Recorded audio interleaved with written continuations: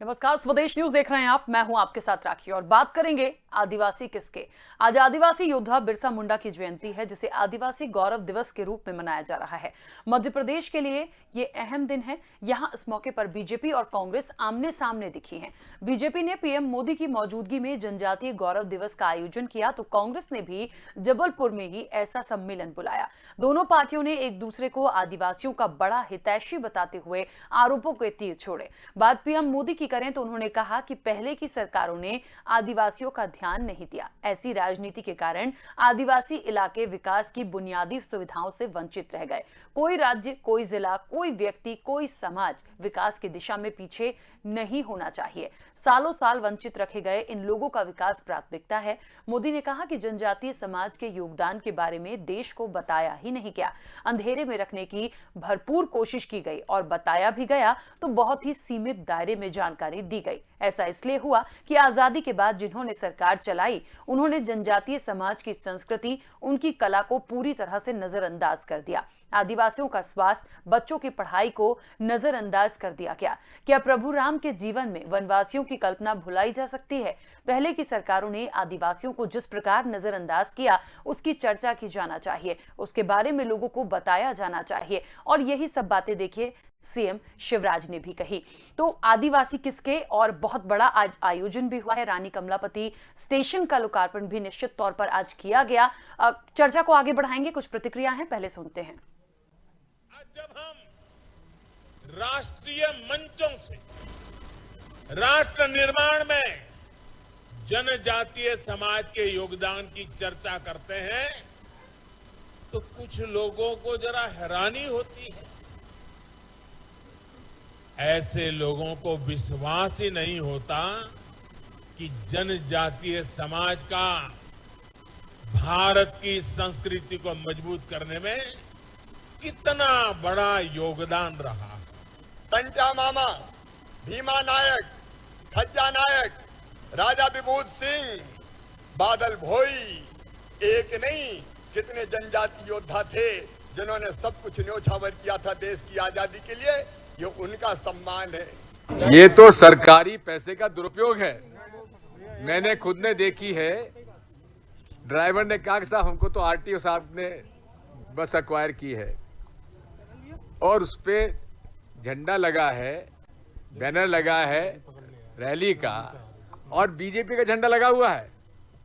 क्या बीजेपी को भारतीय संविधान में शासकीय राशि का उपयोग करने का अधिकार है क्या? गुमराह करना, ध्यान मोड़ना, ये कार्यक्रम है। इससे क्या आदिवासियों का सम्मान होगा? आज 18 साल बाद उनको ये बात सूझी है। नाम बदल दो, ठेकेदारी का कार्यक्रम कर लो, प्रशासनिक ठेकेदारी का काम कार्यक्रम कर लो और इससे जनता को गुमराह कर। देखिए, दो बातें बहुत महत्वपूर्ण हैं। एक तो आदिवासी किसके, ये तो हम चर्चा करेंगे ही, लेकिन महत्वपूर्ण बात यही है कि आखिरकार एक तरफ तो बड़ा आयोजन हुआ, लोकार्पण हुआ, बहुत जोश उमंग आदिवासी जो आए थे उनमें भी देखा गया, कई कार्यक्रम भी आयोजित किए गए। लेकिन कांग्रेस ने जो कार्यक्रम किया, कांग्रेस ने भी वहां पर, हमने दिग्विजय सिंह को भी सुना, कमलनाथ को भी सुना, उन्होंने बहुत स्पष्ट शब्दों में बोला कि एक तो सबसे बड़ी बात कि जितना खर्चा किया गया है ये दुरुपयोग हुआ है, इतना खर्चा आपको करने की जरूरत नहीं थी। और दूसरी चीज कमलनाथ ने जो कही कि 18 साल बाद याद आ रही है कि ये तमाम चीजें करनी थी। देखिए, ठीक है, विपक्ष है, अधिकार है, इतनी सब बातें तो वो करेंगे ही, लेकिन आज जो भी हुआ दिन बहुत बड़ा था और मुझे लगता है हमेशा ये लोगों के जहन में रखा जाएगा। चर्चा को आगे बढ़ाते हैं। मेहमान जुड़े हैं हमारे साथ, भारतीय जनता पार्टी का पक्ष रखने के लिए धैर्यवर्धन शर्मा जी हमारे साथ हैं। धैर्यवर्धन जी, बहुत स्वागत चर्चा में शामिल होने के लिए। कांग्रेस के प्रदेश प्रवक्ता योगेश गुप्ता जी हमारे साथ जुड़े हैं। योगेश जी, आपका भी बहुत स्वागत है। चर्चा की शुरुआत मैं सबसे पहले धैर्यवर्धन जी आपसे ही करना चाहती हूं। आज भव्य आयोजन हुआ और मुझे लगता है कि जो रानी कमलापति स्टेशन की एक नई सौगात कह लीजिए, नाम भले ही बदला गया हो, काफी जिस तरीके से बनाया गया, जिस तरह से चीजें हुई, लेकिन आज आदिवासियों के लिए बहुत बड़ी बात मुझे लगता है नरेंद्र मोदी ने कही है कि पहले की सरकारों ने उनके लिए इतना सोचा नहीं, इतना किया नहीं। किया होता तो शायद उनका आज बहुत विकास होता। देखिए, सबसे बड़ा काम होता है लोगों के हृदय में उमंग पैदा करना, लोगों के जज्बात को जगाना, लोगों को उत्साह से भर देना। वे तमाम लोग जो देश की आजादी में भी स्वयं को झोंकने में पीछे नहीं रहे, वे समाज में पीछे बने रहें, ये शेष समाज के लिए हमेशा चिंता का विषय होना ही चाहिए। हम अंत्योदय की बात केवल जुबान पर नहीं रखते, हमारे लिए वह मंत्र है जिसे सिद्ध करने के लिए समूची भारतीय जनता पार्टी और हमारी सरकारों का नेतृत्व लगा रहता है। मोदी जी ने भी आज वही किया। उन करोड़ों नागरिकों को, जनजाति भाई बहनों को यह संदेश दिया कि सरकार आपके लिए समर्पित है, आपके मान सम्मान और आपके जीवन यापन को सुखमय बनाने के लिए सारे संसाधन जुटाने के लिए बहुत ईमानदारी से प्रयास कर रही है। भारतीय जनता पार्टी की सर्वोच्च प्राथमिकता में आप भी हैं और यही कारण है कि लोग आज बहुत उमंग और उत्साह के साथ प्रधानमंत्री जी को सुनने के लिए आए। और प्रधानमंत्री जी के आगमन के दौरान जिस प्रकार से कमलापति स्टेशन जनजाति रानी के नाम पर उसका नामकरण किया गया, वो भारत के सर्वश्रेष्ठ रेलवे स्टेशन में से एक, उसको वह नामकरण किया गया है, जो स्वतः सिद्ध करता है कि जो समाज के अंतिम छोर पर खड़ा हुआ व्यक्ति है या समाज है, उसको हम बिल्कुल अग्रसर बना करके आगे की पंक्ति में खड़ा करने के लिए संकल्पबद्ध हैं।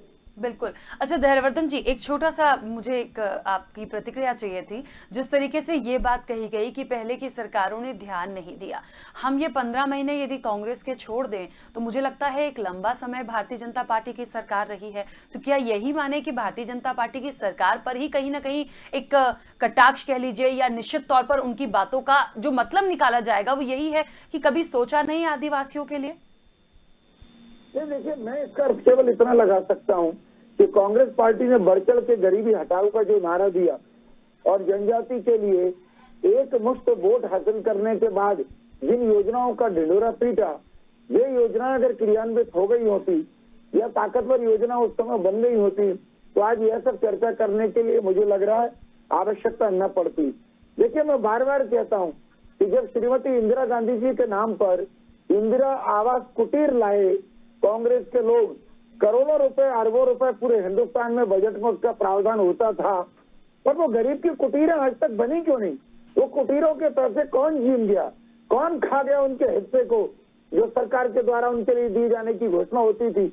मोदी जी की सरकार आने के बाद, शिवराज जी की सरकार बनने के बाद उन्हीं आदिवासी अंचलों में उन गरीब आदिवासी भाइयों के लिए सीमेंट कंक्रीट के पक्के मकान अब दिखने लगे, कहीं कहीं तो सैकड़ों की तादाद में, कहीं कहीं 20 और 25 की तादाद में हर गांव में दिखाई देने लगे जहां पर ये गरीब तबका रहता है। क्या आदिवासी भाइयों को इलाज के लिए, आप कल्पना करिए उस तबके का जो प्राइवेट अस्पताल के दरवाजे पर खड़ा भी नहीं हो सकता था, उसकी हिम्मत भी नहीं होती थी, पर आज हमारी सरकार ने 5 लाख रुपए तक का उसको इलाज की ताकत दी है कि वो जाकर के हिंदुस्तान के किसी भी नामचीन अस्पताल में अपना इलाज करा सकता है। घर के लिए शौचालय की व्यवस्था भी केवल घोषणा नहीं की, राशन घर घर पहुंचाने के लिए हम संकल्पबद्ध हैं। ठीक, चलिए वापस आती हूँ। ठीक है धैर्यवर्धन जी, वापस आती हूँ। योगेश गुप्ता जी, आज का जो भी आयोजन हुआ एक सौगात के रूप में देखा जाए तो मुझे लगता है सभी ने उसके लिए शुभकामनाएं दी हैं, देना चाहिए। लेकिन दिग्विजय सिंह ने और कमलनाथ ने कहीं ना कहीं यही बात कही है कि एक तो सरकारी पैसे का दुरुपयोग हुआ और दूसरा ये लोग 18 साल बाद जागे हैं। सिर्फ इतना ही मायना था या आज का दिन जो था कम से कम उसकी सराहना तो की जा सकती थी? राखी जी, निवेदन ये है कि जितने धैर्यपूर्वक धैर्यवर्धन को और आपको मैंने सुना है, आप मुझे बिना टोके उतना ही समय देंगी जितना उनको। बोलिए जी, धैर्यवर्धन देंगी। आपसे निवेदन है, आप लोग तिलमिला जाते हो जब सवाल उठते हैं, तो है ना, तो कृपया ध्यान पूर्वक सुने। देखिए, आज का जो ये महा आयोजन जनजाति सम्मेलन के नाम पर लगभग 100 करोड़ रुपए का चूना मध्य प्रदेश शासन के राजस्व को लगाया शिवराज सिंह चौहान जी ने। इनकी कार्य पद्धति ऐसी है, 2003 में 25,000 करोड़ रुपए का कर्जा था मध्य प्रदेश शासन पर, जो आज 2,52,000 करोड़ रुपए प्रत्येक प्रदेशवासी के ऊपर लगभग 38 से 40,000 रुपए का कर्जा है हम प्रदेशवासी। इसी प्रकार के आयोजन करके बजाय इतना खर्चा करके इतनी बस 13 करोड़ रुपए तो सिर्फ बसों का पेमेंट हुआ है, विभिन्न जिलों से लाई गई। रास्ते में खंडवा से आ रही एक बस का एक्सीडेंट भी हुआ, हादसे में 30-40 लोग घायल भी हुए हैं। उनके प्रति भी अगर शिवराज जी मंच से कुछ हमदर्दी के 2 शब्द बोल देते, 13 नौ निहाल जो झुलस के मरे हैं, उनको देखने चले जाते हमीदिया अस्पताल, या माननीय मोदी जी मंच से उनके प्रति संवेदनाएं व्यक्त कर देते तो हम उनका आभार मानते। जनजाति वर्ग का अगर सर्वाधिक शोषण किसी ने किया है तो पिछले 17-18 वर्षों में शिवराज शासन के दौरान भारतीय जनता पार्टी उनके नेताओं पदाधिकारियों ने किया है। वर्तमान में भी पन्ना जिले में सैकड़ों एकड़ जमीन आदिवासियों की भारतीय जनता पार्टी के पदाधिकारी, जिलाध्यक्ष जैसे लोग दबा के बैठे हुए हैं। मोदी जी से उम्मीद थी कि जनजाति वर्ग को अत्याचार से मुक्त करने के लिए शिवराज सरकार को कुछ मंत्र देके जाएंगे। आज जो श्रृंखलाबद्ध तरीके से पिछले 6-8 महीने में आदिवासी भाइयों पर अत्याचार की घटनाएं घटित हुई हैं, मेवावाद, नीमच, बालाघाट, खरगोन, इस प्रकार की जो दुराचार की घटनाएं, आदिवासी युवक को जीप से बांधकर घसीटने की घटनाएं, जहरीली शराब से मरने वाले सर्वाधिक मौतों का आंकड़ा आदिवासी जिलों का है, आदिवासी भाइयों का है। आज से 4 दिन पहले शिवराज सिंह चौहान जी ने खुद ही स्वीकार किया था जोवट में जब गए थे कि यहाँ पर आज भी मूलभूत सुविधाओं का अभाव है। नल जल योजना के माध्यम से मैं जल पहुंचाऊंगा। 17 साल से आप क्या कर रहे थे? शिवराज जी इतने बड़े बोले मुख्यमंत्री हैं कि वो अपनी पोल खुद ही खोलते हैं, किसी और को कुछ कहने की जरूरत नहीं होती है। तो आदिवासी वर्ग के लिए डॉक्टर मनमोहन सिंह की सरकार ने सन 2006 में आदिवासी अधिनियम के माध्यम से वनवासियों को 42 लाख वनवासियों को भूस्वामी बनाया था, उनके पट्टे दिए गए थे, जिनको विस्थापित करने का काम भारतीय जनता पार्टी के नेता और उनका शासन कर रहा है। 4 लाख दावे अभी भी दावा अधिकरण में पड़े, जिसमें से 2 लाख दावे खारिज कर दिए गए। बक्सवा के जंगल काट के उनको विस्थापित किया जा रहा है वहां से आदिवासी भाइयों को। तो इस प्रकार आदिवासी भाइयों का उत्थान होगा। ये जो पैसा आपने आज इतने बड़े आयोजन पे खर्च किया, यही पैसा अगर लगा दिया जाता आदिवासी बहुल क्षेत्रों में तो उनका कितना उत्थान होता। आज भी आदिवासी वर्ग 17 साल से शिवराज शासन में मूलभूत सुविधा जल, नल, पानी, स्वास्थ्य सेवाओं से वंचित है। ये आयुष्मान योजना की बात करते हैं, क्या हाल हुआ था आयुष्मान योजना का? कोविड काल के दौरान शहरों में हमने देखा, नर्सिंग होम डॉक्टरों ने भगा दिया था आयुष्मान योजना धारकों को। ये आदिवासी बहुल क्षेत्र के लोग तो बेचारे अनपढ़ अज्ञानी है, इनको क्या समझ में आएगा कि सरकार की क्या योजना है? सर्वप्रथम राखी जी, उनको शिक्षित करने की आवश्यकता है।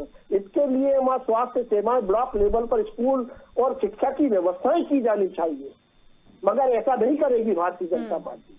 ठीक है। अगर अच्छा, वो आदिवासी शिक्षित हो गया तो उनको उल्लू कैसे बनाएंगे, मूर्ख कैसे बनाएंगे? अच्छा योगेश जी, एक बात है, जिस तरीके से आज देखिए बिरसा मुंडा की जयंती भी, और निश्चित तौर पर आज का दिन जिस तरीके से चुना गया, कार्यक्रम हुआ, कांग्रेस ने भी एक जनजातीय सम्मेलन या कह लीजिए आदिवासियों का एक सम्मेलन जबलपुर में किया। वहां पर कांग्रेस ने उनके लिए क्या सोचा है, उनको क्या दिया, वहां पर किस तरीके का कार्यक्रम हुआ, क्या ऐसा मुख्य रूप से उनके लिए सोचा गया है या उनको दिया जाएगा? बहुत अच्छा प्रश्न है राखी जी आपका। देखिए, माननीय कमलनाथ जी की जो 15 माह की अल्पकालीन सरकार थी, उसमें आदिवासी भाइयों के लिए कमलनाथ जी ने जो जहां पर काबिज था उसको उसका मालिक बनाया, पट्टा दिया, साहूकारों के चंगुल से आदिवासी भाइयों को मुक्त कराया। जो ब्याज के नाम पर उनका खून चूस रहे थे, ऐसे लोगों को जेल के अंदर पहुंचाया। भू माफियाओं के खिलाफ प्रभावी कार्रवाई की ताकि आदिवासी भाई का शोषण न हो। तो इस प्रकार की तमाम जो योजनाएं माननीय कमलनाथ जी के मन में थी, अगर हमारी सरकार 5 साल चलती तो और भी अनेक योजनाएं आदिवासी वर्ग के उत्थान के लिए कांग्रेस के वचन पत्र में थी, जिन्हें पूरा किया जाता कार्यकाल पूरा होने से पहले। तो देखिए, कथनी और करनी में अंतर है। अब हम माननीय मोदी जी को देख ले, वो कह रहे पूर्ववर्ती सरकारों ने विकास नहीं किया। 7 साल से माननीय मोदी जी हमारे देश के प्रधानमंत्री है। आप बताइए कितना विकास हो गया 7 साल में? कौन सा शहर, कौन सा जिला, कौन सा आदर्श गांव बना दिया, कितनी स्मार्ट सिटी बन गई और कितना डेवलपमेंट हो गया, कितने युवाओं को रोजगार दे दिया, कितनी हमारी जीडीपी हाई हो गई। क्या विकास किया मोदी जी ने? वही हाल मध्य प्रदेश में ले लो, शिवराज सरकार का है। ठीक है, रानी कमलापति स्टेशन, रेलवे स्टेशन निश्चित रूप से हम भोपाल वासियों के लिए गौरव का विषय है, मगर उसी गोविंद महारानी की जितनी व्याख्या शिवराज जी पिछले 3 दिन से कर रहे हैं, उनके सीहोर जिले, बुधनी जिले में जिन्नौरगढ़ किला है 800 साल पुराना महारानी कमलापति का, वो आज खंडर हो चुका है, जर्जर हालत में, उसकी सुध नहीं लेंगे। नाम परिवर्तन करने से अगर देश प्रदेश के और व्यक्ति के हालात बदल सकते हैं तो कोई दिक्कत नहीं है साहब। आपको नामों पर आपत्ति है, एक ही बार में सारे नाम बदल दो, सारे शहरों के जहां जहां भी आपको आपत्ति लगता है। कम से कम हमारा विद्यार्थी वर्ग तो खुश होगा कि उसको बार बार की झंझट से मुक्ति मिलेगी कि आज ये नाम याद कर रहा है, कल वो याद कर रहा है। प्रतियोगी ठीक। परीक्षा में भुगतना तो विद्यार्थी वर्ग को पड़ता है।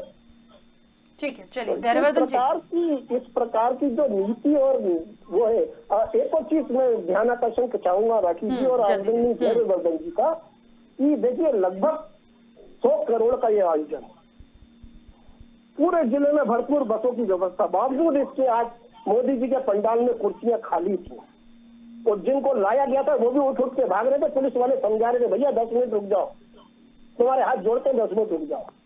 तो देखिए जनता जनार्दन होती है, आप कब तक उनको भाषणों और आश्वासनों से झुंझुना पकड़ाएंगे। ठीक है, जनता जागरूक अच्छा हो चुकी है। ठीक है, मैं धैर्यवर्धन जी आप ही के पास आ रही हूँ। एक छोटा सा सवाल है, क्योंकि इसी बात से लेते हुए चलूं, क्योंकि बार बार आज ये कांग्रेस की तरफ से आया है कि दुरुपयोग हुआ है। योगेश जी एक बात बताइए, एक बार मान लीजिए कि कांग्रेस की सरकार होती, ठीक है, कांग्रेस के प्राइम मिनिस्टर होते, हालांकि दल के नहीं होते पर फिर भी एक विचारधारा तो होती है, जैसे कि नरेंद्र मोदी हैं होते, और यदि उनका आगमन होता, आज भव्य आयोजन होता, सरकार यहाँ पर भी कहीं ना कहीं कांग्रेस की होती, तो क्या ये सारा आयोजन नहीं करती कांग्रेस? क्या कमी छोड़ देती? क्या उतनी व्यवस्थाएं नहीं की जाती? मैं आपको थोड़ा सा पीछे ले जाऊंगा। 2018 विधानसभा चुनाव के बाद जब माननीय कमलनाथ जी ने कार्यभार संभाला था मुख्यमंत्री पद का, पहले ही दिन उन्होंने क्या घोषणा करी थी, मैं फिजूल खर्ची को रोक लगाऊंगा, फालतू प्रचार प्रसार पर व्यय होने वाली धनराशि को मैं जनहित कल्याणकारी योजनाओं पर लगाऊंगा। और उन्होंने एग्जैक्टली वो किया भी। इससे कई हमारे मीडिया के सम्मानित साथी नाराज भी हुए, कई साथियों ने मुझसे भी शिकायतें करी, कमलनाथ जी से भी मिले, आज तक वो शिकायतें हैं उनकी, ठीक है, लेकिन कमलनाथ जी ने जो कहा वो किया। देखिए हम आम जनता के गाढ़े पसीने से कमाए गए टैक्स की राशि को ऐसे फिजूल जाया नहीं करते। एक तरफ तो आप जनता का खून चूस रहे हो महंगे पेट्रोल डीजल से वसूले हुए टैक्स से, दूसरी तरफ आप इस तरीके से पैसे की बर्बादी कर रहे हैं। ठीक है, चलिए इससे ना तो जनजाति वर्ग का हित हुआ, ना आम जनता का हित हुआ, ना प्रदेशवासियों का हित हुआ। हाँ, रही बात प्रधानमंत्री के आगमन की, उनकी आगमन की, मैं मानता हूँ प्रधानमंत्री, बतौर प्रधानमंत्री मेरे मन में उनके प्रति बहुत सम्मान है। हमें भी बड़ी अपेक्षाएं थी जब 2014 में माननीय मोदी जी का राष्ट्रीय राजनीति में पर्दापरण हुआ था कि ये व्यक्ति आया है, कुछ बोल रहा है तो कुछ तो करेगा, 10% तो करेगा। ठीक है, चलिए मगर क्या हुआ? भरपूर देखिए किसी भी राजनेता को पकड़ने के लिए 7 साल बहुत होते हैं। जन प्रवक्ता योगेश गुप्ता जी ने कहा कि जनजातीय गौरव सम्मेलन में इतने करोड़ रुपए की 100 करोड़ के आसपास का जो फिगर बताया है उसका दुरुपयोग हुआ है। चाहे वो दिग्विजय सिंह जी ने कहा हो, चाहे योगेश गुप्ता जी ने कहा हो, मैं उसकी कठोर निंदा करता हूँ, भत्सना करता हूँ। ये बेहद ही शर्मनाक बयान है, क्योंकि इस प्रदेश के संसाधन पर, इस प्रदेश की सरकार के खजाने में जो पैसा है उस पर जनजाति भाई बहनों का भी हक है कि उनका भी स्वागत सत्कार किया जाए, उनको भी आदर पूर्वक किसी समारोह में बुलाया जाए, उनको भी व्यवस्थित तरीके से बुला करके उनकी अगवानी की जाए और पूरे मान सम्मान के साथ वापस उनके घर तक लौटाया जाए। अगर आपको ये सब बुरा लगता है तो मैं आपकी सोच को बहुत बहुत बहुत आज कोसना चाहता हूँ कि कांग्रेस पार्टी को ये सोहा नहीं रहा है, आपको अच्छा नहीं लग रहा है कि जनजाति भाइयों का राजधानी में इतना वार्म वेलकम सरकार ने किया है। मुझे बताइए, प्रधानमंत्री जी जब जाते हैं तो प्रधानमंत्री जी का अपना एक प्रोटोकॉल होता है, उनकी अपनी व्यवस्था होती है, उनके कार्यक्रमों का एक स्तर होता है, उनके लिए एक सुरक्षा व्यवस्था का एक लेवल होता है। वो सबके लिए सब संसाधन जुटाए जाते हैं और उसके लिए सरकार खर्च करती है। ये कब कब खर्च नहीं होता? किसी भी पार्टी की सरकार हो, किसी भी सरकार का मुखिया प्रधानमंत्री हिंदुस्तान में बनेगा और यदि वो आम जनता को एड्रेस करने के लिए प्रधानमंत्री काल में जा रहे हैं तो उनके लिए तमाम सारी व्यवस्थाएं सरकारी स्तर पर होती हैं। आप इस तरह की बातें करके भ्रम फैला रहे हैं। और जहां तक आदिवासियों के हित की बात है, योगेश जी, आज कांग्रेस पार्टी कलप रही है, आज कांग्रेस पार्टी बड़ी तनाव में है, बहुत दुखी है। उसको समझ नहीं आ रहा है कि भारतीय जनता पार्टी ने इतना बड़ा मेला बुलाया है जो कांग्रेस पार्टी के लिए झमेला और सरदर्दी में बदल गया है। आपको ये डर लग रहा है कि अब तक आपकी छोटी छोटी बातों में कांग्रेस का हाथ गरीब के साथ, गरीबी हटाओ के नारे से आप इन भोले भाले आदिवासी भाइयों को, जनजाति भाई बहनों को अपना वोट बैंक मानते थे। ये 100 के 100 वोट पूरे एक बात है धैर्यवर्धन जी और योगेश जी, दोनों से मैं कहूंगी कि वाकई में हम ये देखते आए हैं कि हमारे देश में या प्रदेश में सरकार किसी की भी हो, लेकिन जब कोई अच्छा कार्यक्रम होता है, कोई अच्छी चीजें होती हैं तो हमें कुछ अच्छा भी बोलना चाहिए। लेकिन पता नहीं क्यों ऐसा होता है कि राजनीति का स्तर ऐसा है कि कुछ अच्छा हो रहा है तो भी यदि विपक्ष है तो उसको कहीं ना कहीं कटाक्ष करना जरूरी हो जाता है। पता नहीं हम इस चीज से कब निकलेंगे। हाँ, मैं आपकी बात का जवाब दूं जी। राखी जी, देखिए माननीय प्रधानमंत्री आए, आगमन होना चाहिए, उनका वेलकम होना चाहिए, हमारे राष्ट्र के प्रमुख हैं। लेकिन दुर्भाग्य की बात यह है कि पिछले 74 साल में हमको इतना महंगा प्रधानमंत्री पिछले 7 साल में ही मिला है, जहां जब भी ये मोदी जी जाते हैं करोड़ों अरबों रुपए का सत्यानाश होता है। और भी इसके देश में पहले प्रधानमंत्री हुए हैं, उनके भी प्रोटोकॉल होते थे, लेकिन इतना तामझाम नहीं हुआ करता, इतना तामझाम नहीं हुआ आपत्ति। अरे बंटाधार, हाँ ठीक है साहब, बंटाधार सत्यनाथ की जगह बंटाधार, दिग्विजय सिंह जी याद आ गए। बंटाधार नंबर 2 शिवराज सिंह चौहान। आदिवासी वर्ग के लिए बहुत कुछ किया जाना चाहिए था, मैं इस बात से सहमत हूँ, और करना चाहिए, क्योंकि हमारे मध्य प्रदेश में 7.5 करोड़ जनता में से 1.5 करोड़ जनता आदिवासी बहुल है, मैं इस बात को मानता हूँ। और उनके बिना वोटों के, ये सारा खेल राजनीति से रचा हुआ है। 2018 के विधानसभा चुनाव में 84 आदिवासी बहुल सीटों में से 59 सीटें कांग्रेस पार्टी को जन आशीर्वाद आदिवासियों ने दिया था। उसी से घबरा कर शिवराज सरकार, मोदी सरकार ने आयोजन किया है। सीधे सीधे वोटों को साधने की राजनीति है। प्योर शुद्ध रूप से अगर आदिवासी सीट है तो वो 47 सीट है, उसमें से भी 31 सीट कांग्रेस के पास है। तो ये अभी जो बोल रहे हैं कि बहुत बड़ा खेला हुआ, उससे कांग्रेस घबरा गई। खेला तो बंगाल में भी हुआ था, क्या हश्र हुआ, अभी यूपी में खेला होगा, आप देखना कहाँ धाराशाही होंगे योगी जी। 23 में यहाँ होगा, 24 में मोदी जी की विदाई सुनिश्चित है, लिखवा लीजिए आप मुझसे। कांग्रेस की हताश नहीं है, कांग्रेस के लोग पूरी तरह से उत्साहित हैं कि जनता हमारी जागरूक हो रही है, उसको समझ आ रहा है कि हमारा खून पीने वाले लोग आज सत्ता हासिल किए हुए हैं। वो आप लोगों ने 3,82,000 करोड़ रुपए टैक्स वसूला है ना जनता की जेब से, पेट्रोल डीजल के नाम पर, वो जनता भूलेगी नहीं, आगे आने वाले 5 साल तक नहीं भूलेगी। तो आप भी यही हो धैर्यवर्धन जी, मैं भी यही हूँ, आप देखना क्या रिजल्ट होते हैं आगे आने वाले चुनाव। देखिए एक बात तो है, आदिवासी वर्ग से आए हुए ये आयोजन लोग उठ के जा रहे थे आपकी सभाओं में से। सरेआम वीडियो मेरे पास है, मैंने स्टेटस शेयर किया है सोशल मीडिया पर, आप लोग देख सकते हैं कितनी कुर्सियां खाली थी, कितने पुलिस वाले हाथ जोड़ के उनको रोक रहे थे। तो ये जबरदस्ती के जो धोखे लाते हैं ना आप लोग, इस पर राजस्व का नुकसान होता है। जनता स्वेच्छा से आए, मोदी जी का स्वागत करे, कांग्रेस पार्टी को कोई आपत्ति नहीं है। हमने जबलपुर में आयोजन किया, किसी को धोखे नहीं लाए, जितनी भी भीड़ आई वो स्वेच्छा से आई।